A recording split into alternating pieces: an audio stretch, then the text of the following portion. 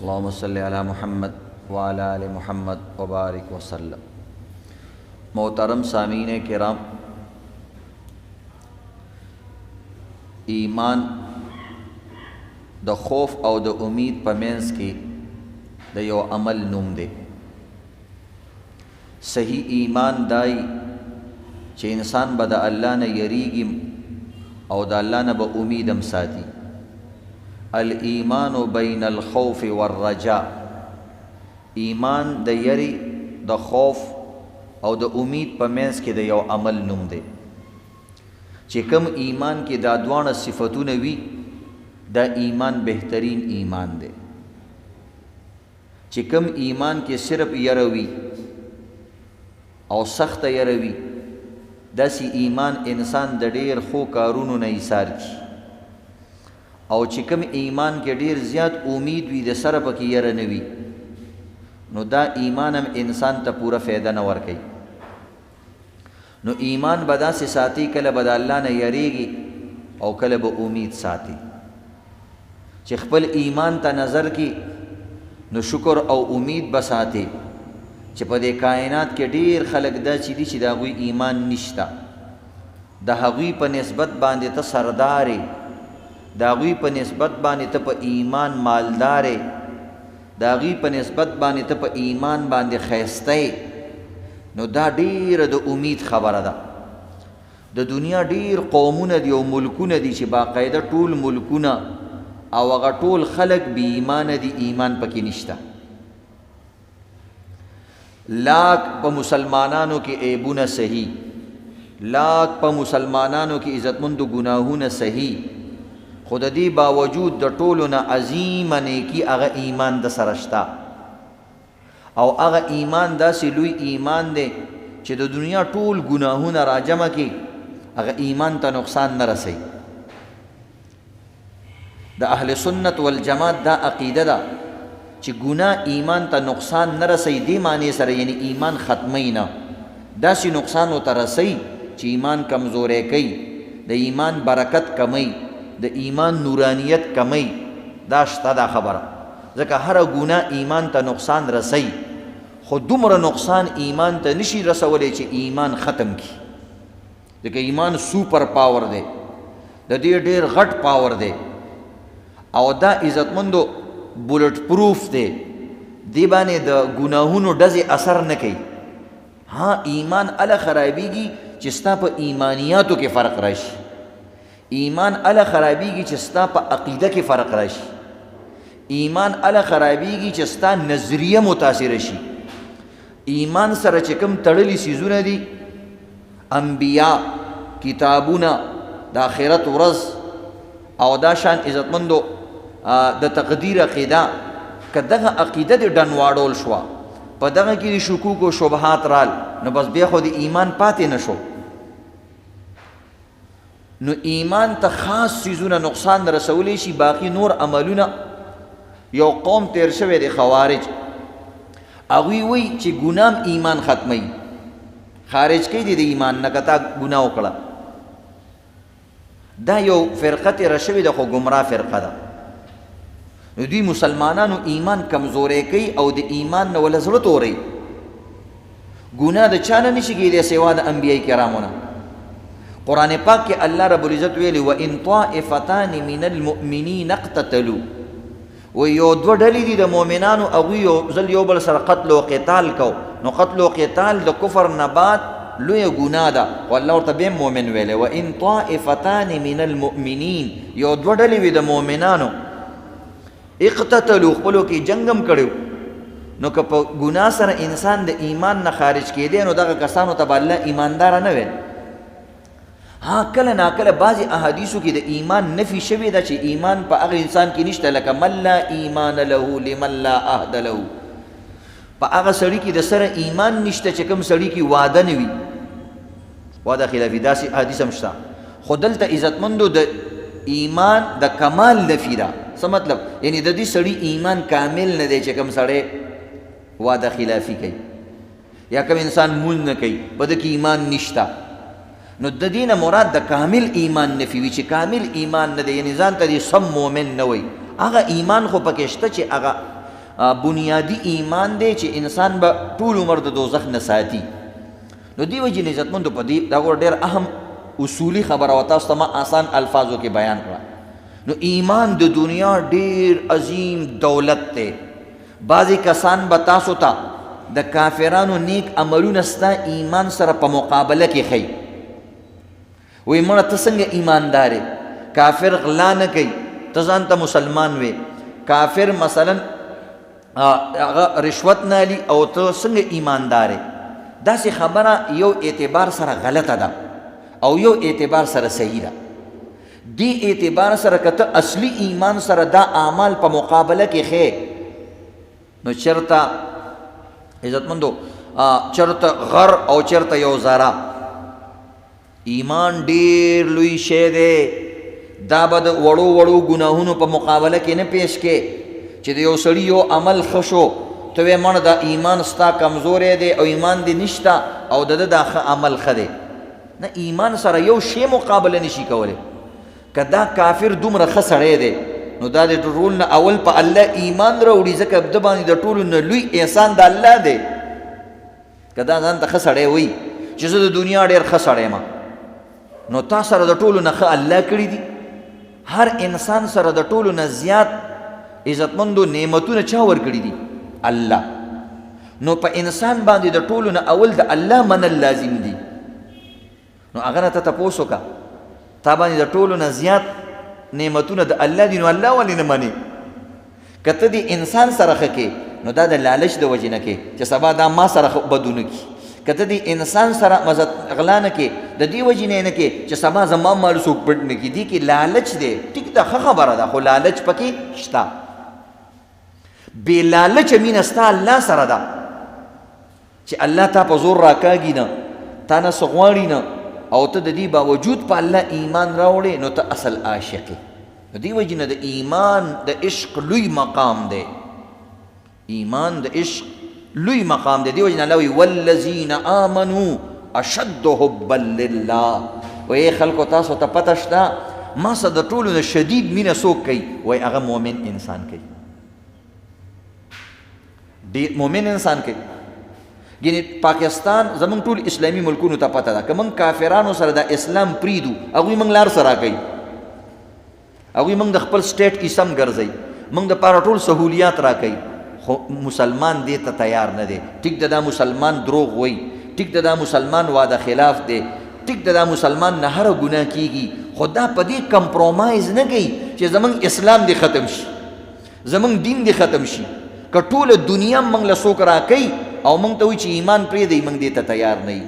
بلکې دا ګناهګار مسلمان خو څه کې یو چرسي او پوډري مسلمان ته ووایه زه تاله ټوله امریکا در کومه، خو په یو شرط سره. هغه وایي مړه موږ له پکې یو 2-3 سرګېټه راکړه دا هم ډېر دي. موږ وایو نه نه ټوله امریکا دله در کوو، خو شرط به یو وي. وایي ماړه وایه 100 شرطونه خو دې منم چې سرګټ پکې او نسوار پکې او چرس او پوډر پکې او تراله لا ټوله امریکا راکې، نو زه به پکې 10 شرطونه خو دې منم، 100 شرطونه خو دې منم.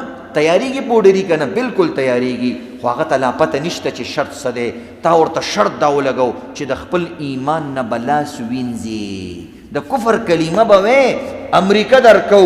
هغه عزتمندو هغه رنګ بدل شي، هغه وایي ټیک ده زه چرسي ما، ټیک ده زه پوډري ما، ټیک ده زه د خپل کور نه غلا کوما، ټیک ده زه کله ناکله د مور بې ادبیم کوما، خو نه ټیک ده ما د الله ډېر حکمونه نه دي منلي، زه د الله مجرم یم، خو زه د الله دومره عظیم مجرم نه جوړېدل غواړم چې د الله نوم او کلمه د دې مرداري دنیا دپاره خرڅه کړمه. دې ته وایي ایمان. ځکه خو الله وایي والذین آمنوا اشد حبا لله. زما دا مؤمن بنده ما سره ډېر عشق او محبت کوي. یعنی که دا د آخرت خبره پرېږدي، دا د ایمان خبره پاتې شي، دا ټوله دنیا دته تیاره ده. ته زما رورې، خو دا کلمه ده منځ کې پکې. نو عزتمندو د ټولې دنیا رورولۍ سره امریکې روس دې ټولو سره ټکر اخیستی دی صرف د کلمې د وجې نه. وایي دا ایمانداره دی. نو دې وجې نه د کافران که ته د کفر عملونه ایمان سره توله کې، نو دا ګوره هېڅ توله نه خوري. په وړو وړو عملو باندې مسلمان مه غورځوه، ایمان مه غورځوه، دا ستا خام خیالي ده. ته لالچي انساني د دنیا د یو څو روپو یو څو څیزونو د وجې نه ایمان سره مقابله کړي. ها که د ایمان مطلب دی چې د ایمان معنی ایمانداري عام چې کوم انسان ایمانداري معنی آلی یعنی یو سړي سره دروغ نه ویل، نو په دې اعتباراتو سره بعض کافران د مسلمانانو نه ښه دي، دا موږ تسلیمو. دا هم یو ځان له حقیقت دی چې په کافر کې دروغ شته، په بعضو مسلمان کې شته، په بعضو کافرانو کې نشته، دا موږ تسلیمو. خو هغه اصلي ایمان هغې سره به مقابله کې یو څیز هم نه پیش کړي. نو عزتمندو مسلمان به ایمان د خوف او د یری په منځ کې تیری، کله به د الله نه ډېر یریږي او کله به د الله نه ډېر امید ساتي چې یا رب کائنات ګوره په دنیا کې څومره قومونه دي، څوک تا سره شرک کوي، څوک تا سره کفر کوي، څوک سره تا مني نه چې الله د سره شته نه دی، او یا الله په دې کې زه یو ګناهګار بندی ما ستا ګویي ورکوم چې الله شته. نو د دې وجې نه عزتمندو په دې باندې ما تاسو ته دلایل هم بیان کړي.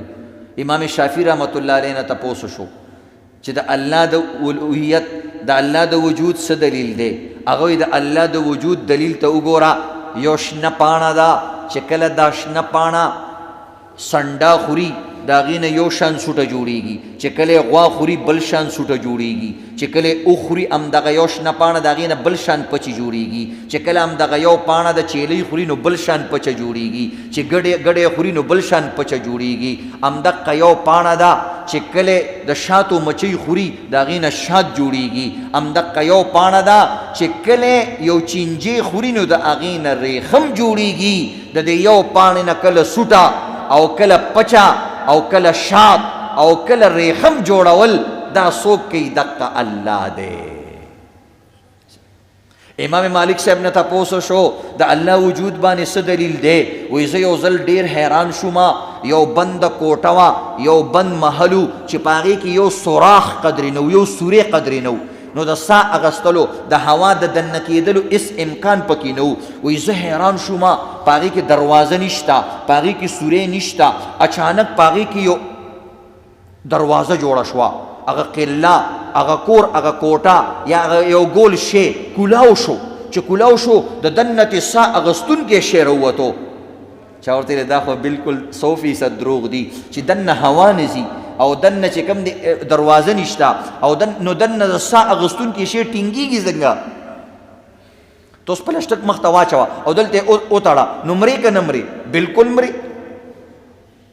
تا باندې خو چاسې رش راشي ساډو بیا د باندې راځي وایي مرمه سړلاړې را باندې راغلې. نو عزتمندو بنده کوټه کې چې سوراخ قدرې نشته، یو کس راووتلو او دننه پکې پینټونه شوي دي، سپین پینټ پکې شوی دی، زیړ پینټ پکې شوی دی.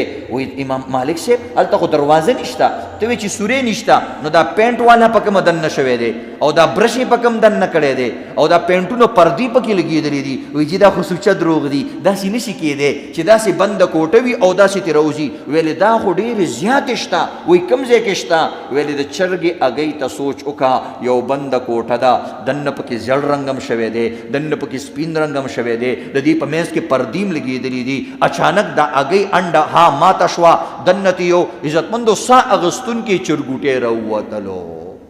څومره ډېر دي خو سوچ تا نه دی کړی. بندې راشي چې دې ته د دننه سا اغستونکی شی ته څنګه راووتو؟ ته یو منټ پلسټک مخ ته واچوه مرې. او هګۍ څومره مضبوطې عزتمندو، هګۍ چې داسې په لاس باندې ماتې نه ماتېږي، داسې څومره زور چې ولګې ماته که نه ماتېږي، دومره دا کلکې. خلک وایي که نه وایي اتي د خپې لاندې هګۍ نه ماتېږي، دا چې داسې نیغه کېږي څومره چې زور پې کوې کوه نه ماتېږي.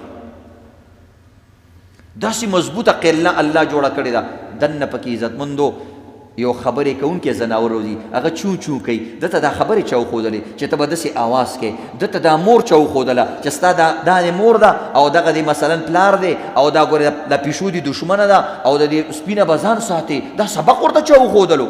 هلته خو لارم نشته، هلته خو سوریم نشته، تعلیم یې موله ورکړی دی. سبح اسم ربک الاعلی الذي خلق فسوى والذي اخرج المرعى. هغه الله دی چې دا ټول څیزونه پیدا کړي او دوی ته هدایت او تعلیم ورکړی دی. نو عزتمندو دا الله رب العزت، نو په هغې زموږ ایمان دی.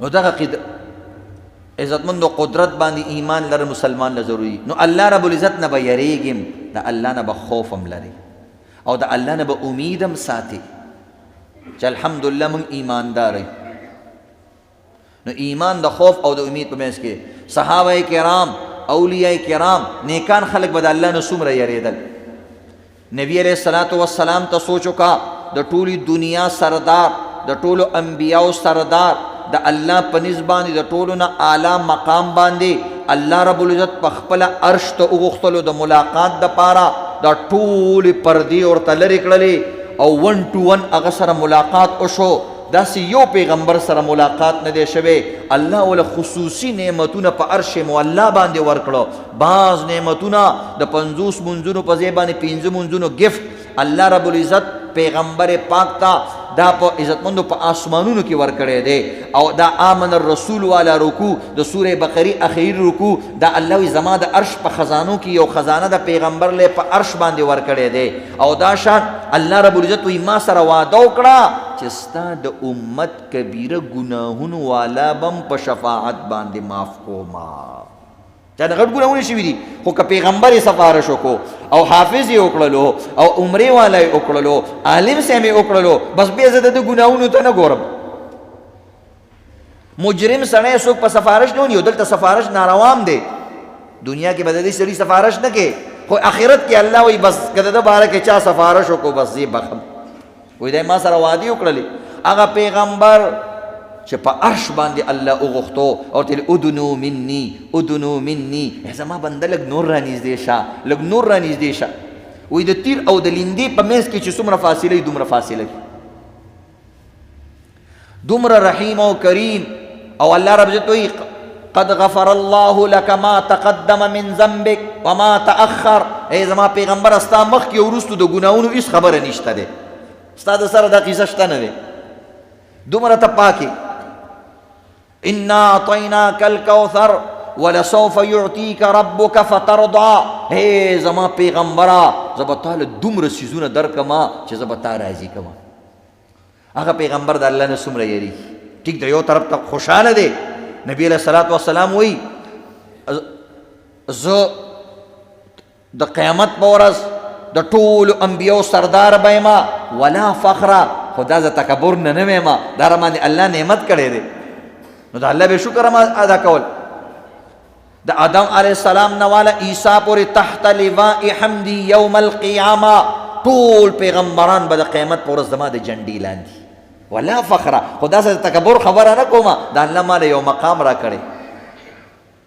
دومره بهترین مقام ټول انسانانو ته رب کائنات وی اے انبیاء کرام ما راضی کئ نو کامیاب بشئ اے اولیاء کرام ما سره تعلق جوړ کئ نو بیړه بم پار شي اے حفاظ کرام اے صالحین کرام اے مفسرین قاریان کرام څومره نیک عمل خلق یاد لرئ کما سرم تعلق نہیں غرق او تباہی کما سرم تعلق جوړ شو زد ناراضی شو ما نو ستاسو کار بسمی او پسمه بروان یی او ما راضی کئی دی پیغمبر تعالی وی ولسوف یعطیک ربک فترضى اے زما پیغمبر زبتا راضی کوما زبتا له دومره سيزونه درکم د څومره لوی خبره چې رب چاته وي زبتا راضی کوم خدغه پیغمبر ته ګوره چې الله په پیرزو دومره زیات کوي الله د صادر قسم په قران کې خوړلې دا د عشق ور انتهائی تاسو به دومره نه چې څوک د چا صادر سره مینه کوي دا بازی خنا پسانی کنه غوی چې د جنی رومال ورکړي ځان سره ګرځي دلته کله نه کله دی کالر کیم کیدی او دا سکیدی نو عزتمندو رب کریم الله رب العزت پیغمبر ته یا ایها المدثر قم فانذر وربك فكبر یا ایها المزمل قم الليل الا قليلا اے صادر چون کیا شپې کله نه کله مونږ ته لګو درېګا په مونږ باندې ډیر خلګي قلیل لګ لګو درېګا خو درېګا مونږ ته څومره مینه ده سړی یو نظر ما ته وګوره دا رب کریم پیغمبر ته وي خلیلا لږ سات موږ ته مدرېږه د شپې را پاسېږه دا ټول خلک دې د ورځې زیارت کوي د شپې څوک نه موږ ته را پاسېږه چې موږ ته ګورو قد نرى تقلب وجهك في السماء الو اے زما حبیب پیغمبره کله به چې تا په موس کې بره کتل شروع کې بره کتل جایز تا به کتل چې دا قبله لږه بدله شي د کافران ما پورې ښکاري زما د نیکه قبله شي وی قد نرا تقلب وجهکا زما پیغمبرا تا به موس کې داسې سترګې اوچتې کړې وی تا ته پته ده قد نرا وی تا به چې پاس کتل موږ به هم تا ته کتل قد نرا موږ به کتل وی تا به چې دا سر اوچت کو موږ به درته کتل چې زما حبیب ما ته ګوري موږ به تا ته کتل دومره الله باندې ګران انسان لا اقسم بهذا البلد وانت حل بهذا البلد چې د هغه د کوسوم الله قسم خوړلی دی کوسه خاورې څه شی دی خاورې الله د هغه د خپو لاندې چې کومې کوسې او خاورې دي د هغې قسمونه خوړلي دي او وانک لعلی خلق عظیم هغه پیغمبر چې د هغې د خوږې خبرو ای زما حبیبه وایي ستا د دې شیرینې شیرینې خوږې خبرو مې د قسم وي خبرې په الله باندې دومره ګرانې دي ستا په دې خوږو اخلاقو په خبرو مې د قسم وي داسې قسمونه یې خوړلي عزتمند هغه پیغمبر د الله نه څومره یارېدو ګوره الله موږ باندې پیرزو کړي ایمان یې را نصیب کړی پیغمبر له پیغمبري لویه ورکړې وه نو نبي علیه السلام ته ګوره چېرته د تکبر خبره نه ده کړې چېرته د تکبر خبره نه ده کړې یو ځل داسې کسانو کې روانو لږ مخکې لاړو نو چې مخکې لاړو یکدم ودرېدلو ویل ولې ودرېدي چې وایي انی اجد فی نفسي شیئا وایي زما چېرته دې نفس کې څه ته څه شی رانشي تکبر رانشي نو به دې ټولو سره یو ځای زما او الله ورته عرش ته بوتلی دی که تکبر ښه وی او ښایدې نو دغې سره ښه ښایدو ځکه چې هغه په اعلی مقام باندې دی خو نه نبی علیه الصلاة والسلام فرمایي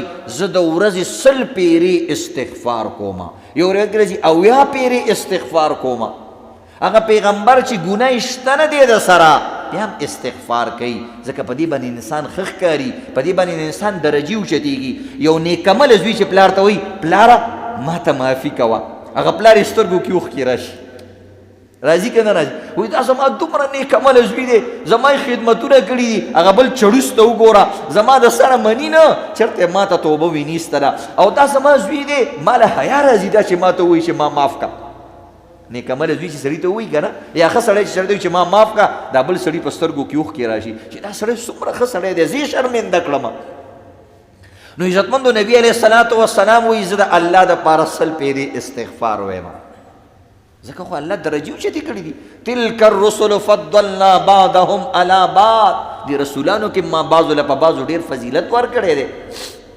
وکلم الله موسی تکلیما موسی سره مې خبرې کړي ځکه ډېر سختې تېرې کړي خپل قوم د سختې تېرې کړي خپل ملک نه لاړې غریب هجرت وکړو د خپلو خپلوانو نه هجرت وکړو لاړې کوم ملکونو ته ځنګلونو کې لاړې د الله دپاره بیا د شعیب علیه السلام خدمتونه یې وکړو هغه له لور ورکړه بیا ډېر وخت پس رالی چې بیا رالی فرعون سره اړم شو بیا هغسې بیا له یا نارور هم را سره کړه سختې تېرې شوي دي ځکه ورسره الله خبرې کړي دي وآتینا داود زبورا وایي داود علیه السلام له ما زبور ورکړی دی ځکه هغه یو کلک ایمانداره کس د جالوت په وخت کې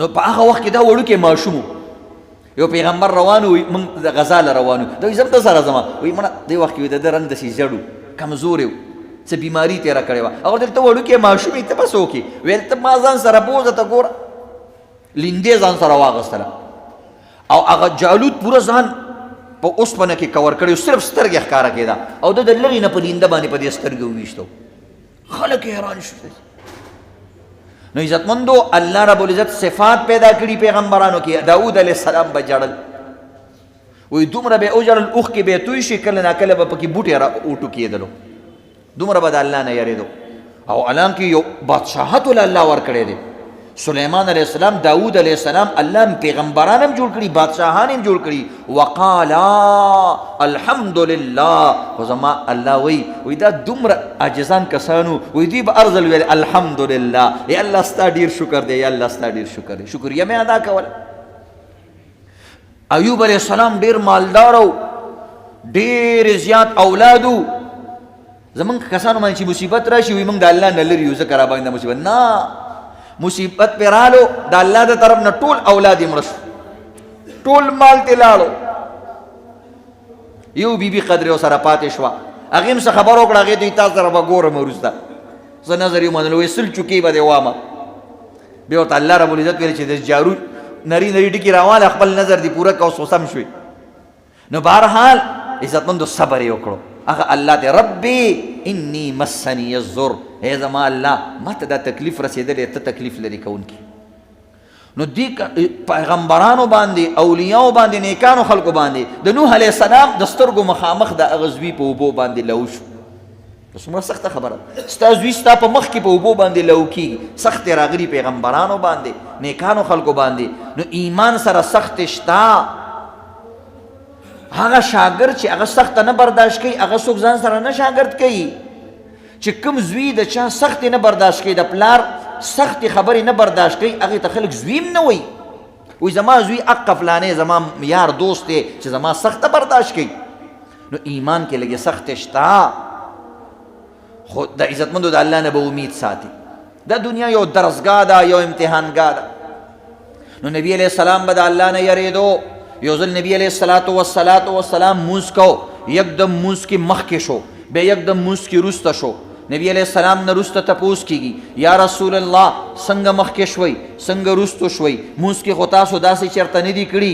هغه ویل ما ته مونځ کې الله رب العزت جنت وښودلو او د جنت انګور یې راته وښودل چې ما هغه ولیدل. وایي زه داسې بې اختیاره شوم، دومره مزیدار انګورو. وایي ما ورپسې داسې ورمخکې شوم، رانیول مې چې یو غونچه ترې راوالمه، او قسم دی که د هغې نه یو غونچه ما راشو کولی وې، هغه به تر قیامته پورې نه ختمېدله. داسې زبردست انګور و، داسې عجیبه شو. بیا یا رسول الله وروسته ولې شوې؟ وایي بیا راته یکدم الله رب العزت دوزخ وښودلو، دوزخ یې وښودلو، د هغې هغه لمبې مې ولیدلې او د هغې هغه سختې مې ولیدلې. وایي دومره ویرېدله ما. وایي ما ویلې که چېرته ما ورته ګزاري.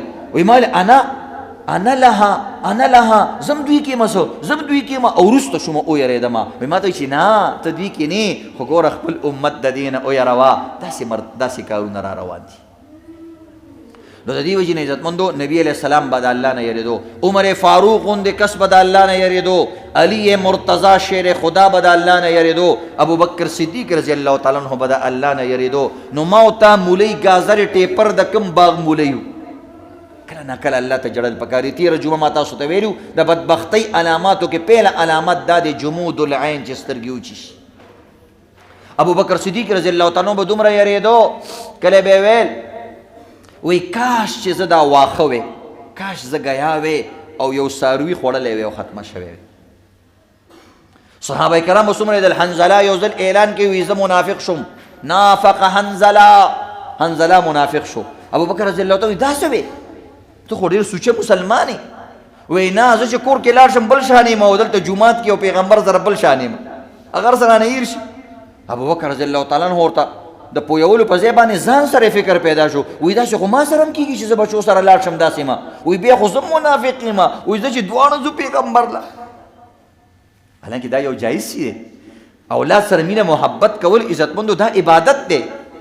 خو هغه ډېر سوچه خلک ویل چې ته الله ناراضه نه شي، چې ته کور کې یو شان یې او جومات کې بل شان یې. دا د تقوا یو لویه مرتبه وي. دې ته موږ نشو رسېدی، صرف بیانولی شو او د دې نه یو عبرت اخیستی شو. ته به داسې نه کې، ته به بال بچ له هر ساله به ټایم ورکې. نو بهرحال دواړه نبي علیه السلام له هغه ورپورې خندل. وایي ابوبکر دا کمې خبرې کې چې ته منافق یې، بیا خو ټوله دنیا منافقان دي.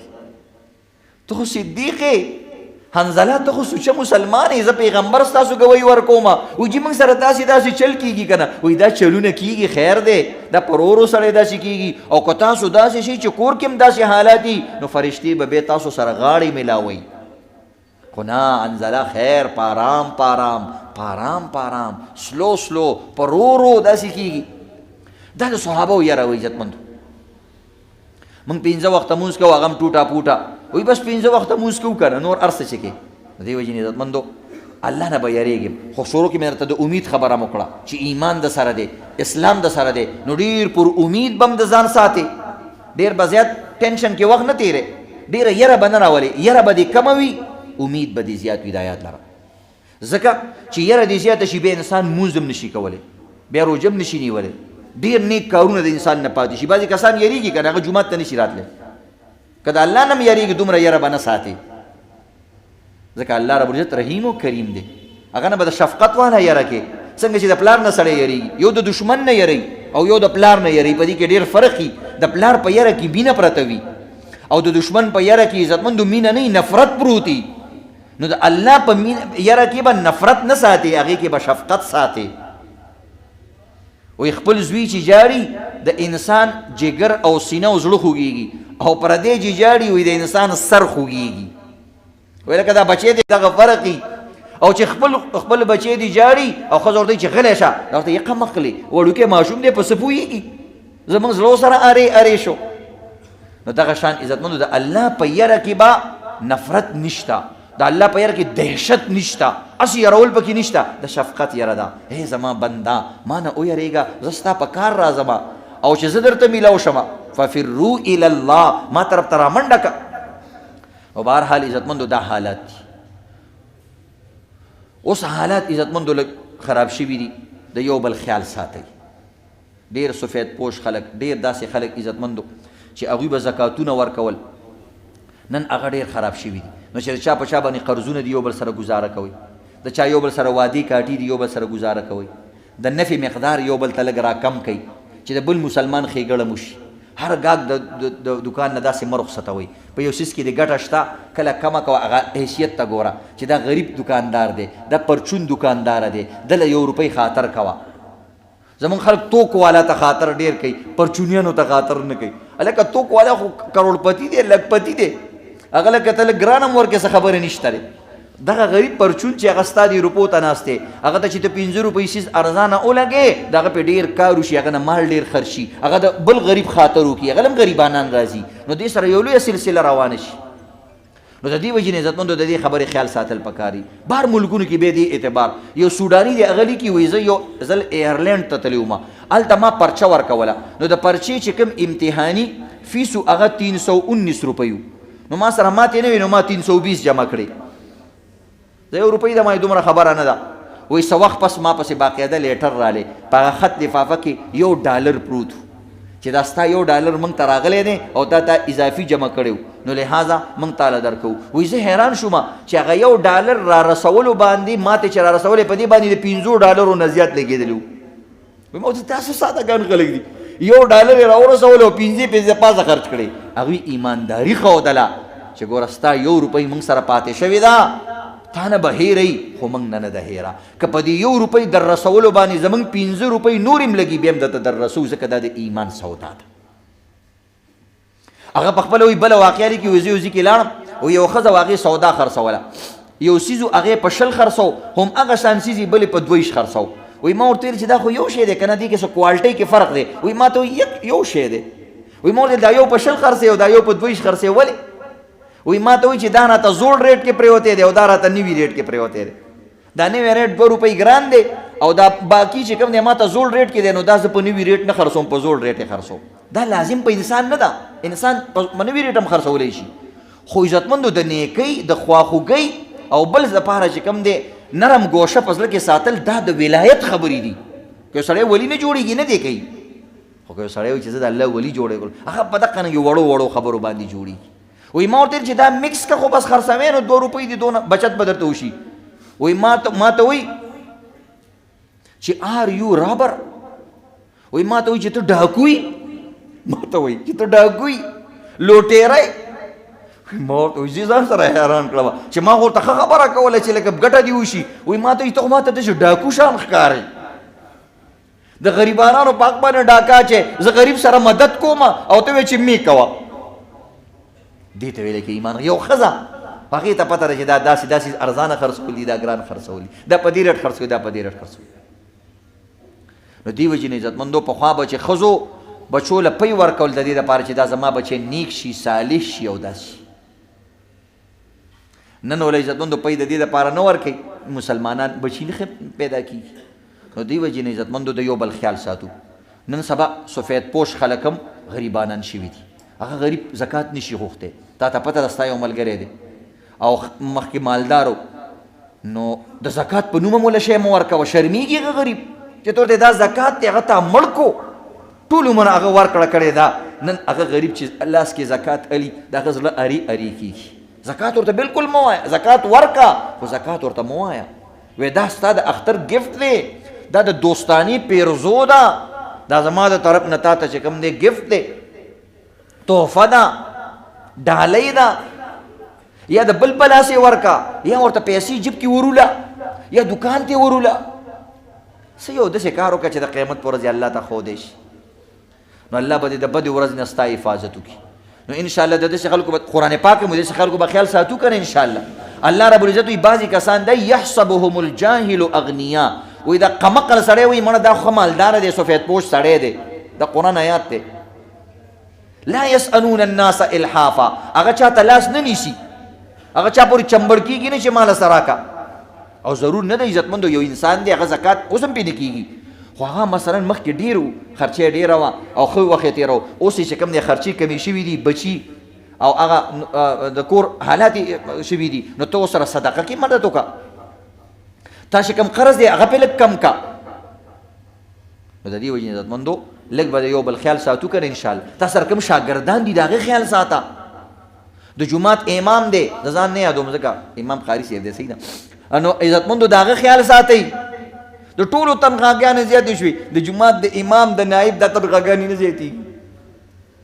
پکار دی زما نه زه اوس راغلی یم، زما تنخوا څه مسله نشته دی، خو بهرحال زما وسم کېږي ګزارم کېږي، خو د دې د خپل علاقې د جومات د امام خیال وساته، د جومات د مدرسې د محتمم دی، د قاریانو ته سبق ښیي، ستا کور کې ستا مدرسه کې د هغه خیال وساته، د داسې خلکو خیال وساته چې هغه په نبي علیه السلام وایي اکل طعامکم الابرار، وایي ستا خوراک د نیکعمله خلکو خوري. نو د دې څیزونو خیال ساتئ، د خپلو خویندو خیال وساتئ. عزتمندو بعضې ډېر مالداره خلک دي او د هغوی خویندې پردي کورونو کې لوښي اینځي، قسم دی که دا زکات هم ولور کړي که نه نو هغه پرې ډېره مالداره کېږي. نو د دې څیزونو به خیال ساتو که انشاءالله. الله دې عمل کولو توفیق راکړي او الله دې موږ ټولو نه خوشحاله شي. سنت کړو.